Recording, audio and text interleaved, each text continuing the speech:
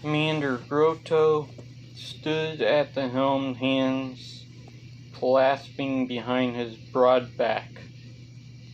There was nothing about his stance to suggest that he was anything but relaxed, but within his head the thoughts spun back and forth. He knew altogether too little about the project to become comfort. He was not sure exactly what he was getting into. He turned and looked behind him. There on the bridge to one side was a technician named Jane Haley. She was young, fairly fresh out of the academy, but smart and ambitious. He had seen her scores off the charts and read the reports on her and chosen her. Indeed, the whole crew was handpicked by Grotto. Excellent crew, notable as well for being willing to follow commands to the letter and for their unquestioning loyalty. Though he had chosen Ensign Haley preciously because she was not like that, because she might stand up to him when the others would not. On the other side of Grotto was Ensign Eric Arthur, a thin and tubercular man who was the only person that Grotto hadn't chosen as part of his crew.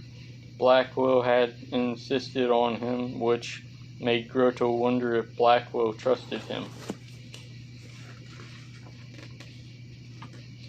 He'd done what Blackwell and the two somewhat odd men he'd introduced him to had asked of him, but perhaps Blackwell still had his doubts as to his loyalty.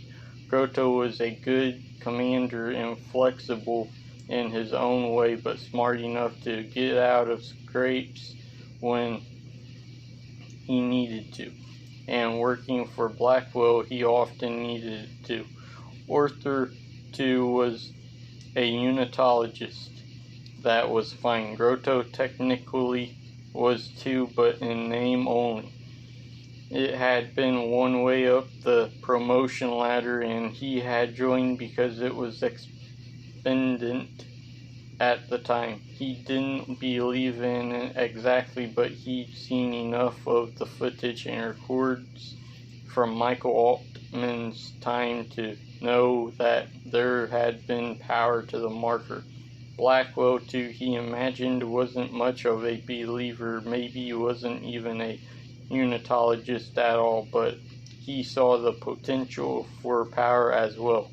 And those others, the ones who went unnamed but seemed really to be the ones in charge, he'd met them only once, but once had been enough. Yes, he knew too much about the projects to be comfortable. He was too late a planet for a secret facility that would allow for the continuation of the marker project. What all the specifics of that continuation would be he didn't know, but the fact that they wanted to make sure the planet was uncharted, away from the usual trade routes and far from civilization, told him it wasn't good. With Blackwell, he had chosen several likely planets, but had rejected them one after another. The last on the list they were approaching now, it was one Blackwell had hesitated over for some reason, but had finally said yes, go ahead. It was listed as uninhabited. No breathable atmosphere, but Earth-like gravity. They had approached it and circled around it and had been surprised to find signs of life, a small colony of some sort, completely enclosed. It was small enough that he'd almost missed it, but Haley, with her sharp eyes, had caught it. Except for that, the planet was perfect. He double-checked it wasn't in any records. They were illegals. Do we recommend it, sir? Asked Haley. No, said Grotto. a colony, even an illegal colony, wasn't possible. Who knew that connection they might have to other people in other places when someone might come looking for relatives they had done there? No, it wasn't secure. So what do we do then? Asked Haley. Grotto shrugged. We keep looking, he said. When the vid sounded, it was one of the two men Blackwell had introduced him to, the one with the cruel eyes and grayish skin.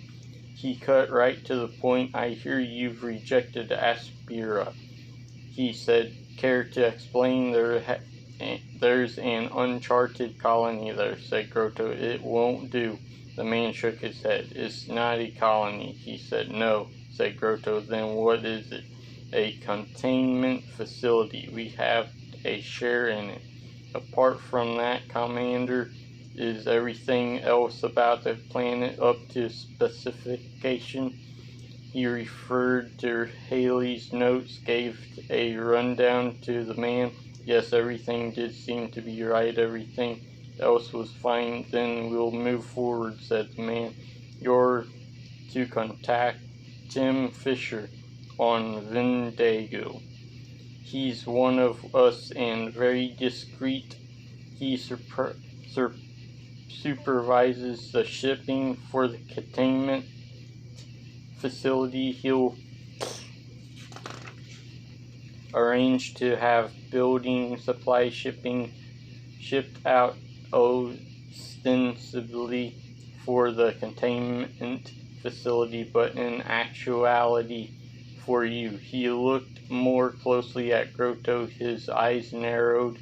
What's wrong? He asked. Nothing's wrong, Grotto said. You can speak freely, claimed the man. It seems like a risk factor, Grotto said. Word of the project could get out through them or the guards in the facility. In addition, there's the risk of what might happen if the project goes awry and there's an outbreak. They're prisoners and they're in a secret containment facility, said the man. Yes, that means they're expendable, the man simply said. Grotto nodded curtly.